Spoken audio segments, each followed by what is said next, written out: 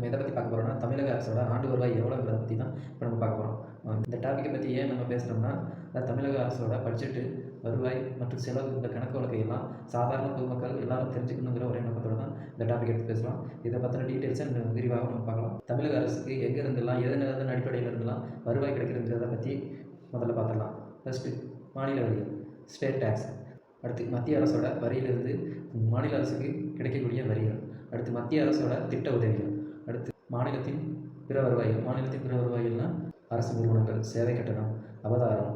இது மூலமாக தமிழக அரசுக்கு கிடைக்கக்கூடிய வருவாய்கள். தமிழக அரசுக்கு எங்கெல்லாம் வந்து வருவாய் கிடைக்குதுங்கிறத பற்றி நம்ம இப்போ பார்த்தோம். அடுத்ததாக இந்த தமிழ்நாடு அரசுக்கு வருவாயாக எவ்வளவு கிடைத்திருக்கு அப்படிங்கிற டீட்டெயிலை பற்றி நம்ம பார்க்கலாம். அதாவது தமிழ்நாடு அரசு 2024 to 2025 பட்ஜெட்டின் படி ஆண்டு வருவாயை வந்து தாக்கல் பண்ணியிருந்தாங்க. அது எவ்வளோங்கிறத வந்து இப்போ நம்ம பார்க்கலாம்.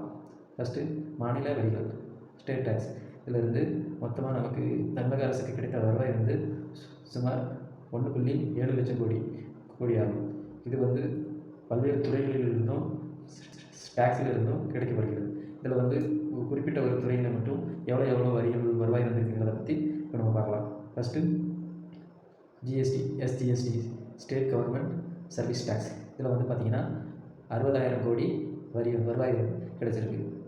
அடுத்ததாக மதுபான வரி, அதாவது டாஸ்மாக். இந்த வருவாய் வந்து 45,000 கோடி. அடுத்து மோட்டார் வாகன வரி. இந்த துறையிலிருந்து நமக்கு தமிழக அரசுக்கு வருவாய் கிடைத்த தொகை வந்து 20,000 கோடி ஆகும். அடுத்ததாக முத்திரை மற்றும் பதிவு.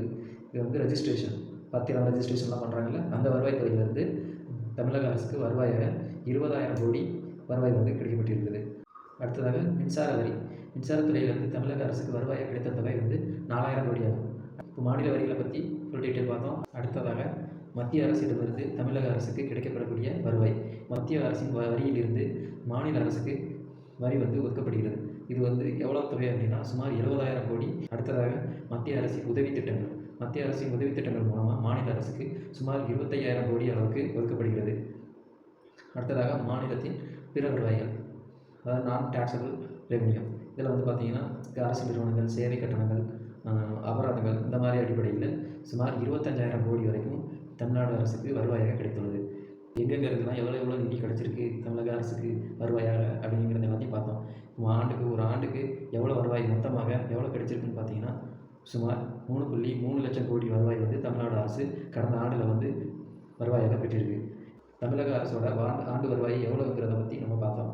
சரி, வருவாய் பார்த்தாச்சு. அடுத்து வந்து தமிழக அரசோட செலவு எவ்வளோ அப்படிங்கிற டீட்டெயிலை வந்து நம்ம பார்க்கணுன்னா கீழே இருக்க கமெண்ட் செக்ஷனில் கமெண்ட் பண்ணுங்கள். அடுத்த வீடியோ தமிழக அரசோட ஆண்டுக்கான செலவு எவ்வளோங்கிறத பற்றின டீட்டெயில்ஸை நான் பேசலாம். இந்த வீடியோ பிடிச்சிருந்தா சப்ஸ்கிரைப் பண்ணுங்கள், சப்போர்ட் பண்ணுங்கள். தேங்க்யூ.